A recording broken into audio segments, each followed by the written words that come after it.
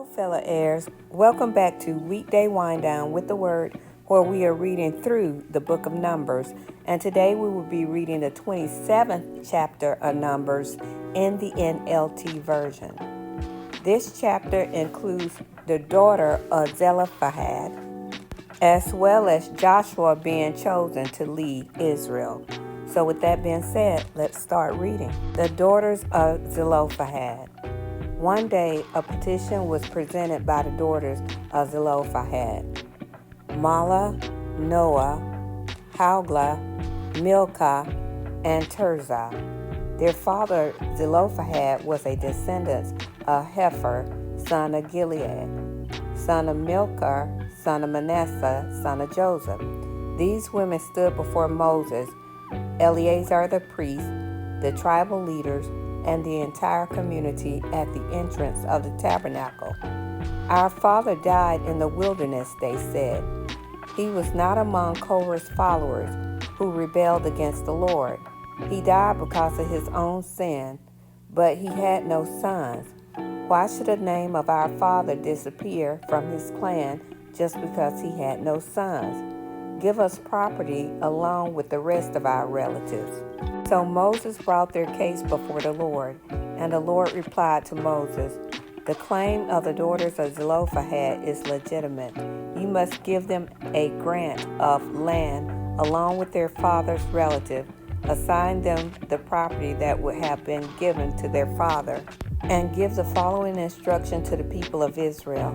If a man dies and has no sons, then give his inheritance to his daughters. If he has no daughters either, transfer his inheritance to his brothers. If he has no brothers, give his inheritance to his father's brother. But if his father has no brother, give his inheritance to the nearest relative in his clan. This is a legal requirement for the people of Israel, just as the Lord commanded Moses." Joshua chosen to lead Israel. One day the Lord said to Moses, "Climb one of the mountains east of the river and look out over the land I have given the people of Israel. After you have seen it, you will die like your brother Aaron, for you both rebelled against my instructions in the wilderness of Zin. When the people of Israel rebelled, you failed to demonstrate my holiness to them at the waters. These are the waters of Meribah at Kadesh in the wilderness of Zin." Then Moses said to the Lord, "O Lord, you are God who gives breath to all creatures. Please appoint a new man as leader for the community. Give them someone who will guide them wherever they go and will lead them into battle. So the community of the Lord will not be sheep without a shepherd." The Lord replied, "Take Joshua, son of Nun, who has the Spirit in him, and lay your hands on him. Present him to Eleazar the priest before the whole community and publicly commission him to lead the people. Transfer some of your authority to him so the whole community of Israel will obey him. When direction from the Lord is needed, Joshua will stand before Eleazar the priest, who will use the Urim of one of the sacred lots cast before the Lord to determine his will. This is how Joshua and the rest of the community of Israel would determine everything they should do." So Moses did as the Lord commanded. He presented Joshua to Eleazar the priest and the whole community.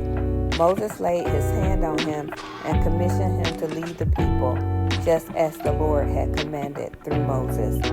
And that concludes the reading of Numbers 27 in the NLT version. You know, when I first started reading this particular chapter and it was talked about the daughters of Zelophehad, I was thinking that was very bold of those women. And I think sometimes, we get into our heads about thinking about our situation because who we are or what we can or cannot do or what we have. And sometimes we automatically we don't ask God because we just think, oh, well, I don't deserve it, or I can't do it, or whatever the case may be. But these women, I really appreciate their boldness because they had a concern. And instead of them thinking, well, we're just women, we shouldn't own anything, and I guess our father's legacy is going to have to end right here. No, they were bold enough to write up a petition, and they submitted it to Moses, and then Moses took it to the Lord. And then the Lord actually gave them laws about their situation so that if it comes up again, people will know exactly what to do. So they were very instrumental in getting this particular law in order. And so I just really appreciated that about this particular chapter. So it's speaking to me that, if I have a concern, don't hesitate to take it to the Lord. If I'm trying to, if I want something worked out, that may not always work out in my favor, but I really do need to present it unto the Lord. Like the word said, make your request be known unto the Lord, right? And so they got what they wanted because they went to Moses. They actually put actions behind their thoughts, and they just didn't sit there and stress out and talk and bicker among themselves about what has happened. So I do really appreciate that in this particular chapter. But enough of me. I want to know what you thought about this chapter. Please make sure you put it in the comments below. And once again, I thank you for listening to Weekday Wind Down with the Word. Have a nice life in Jesus Christ and continue to be blessed. Bye.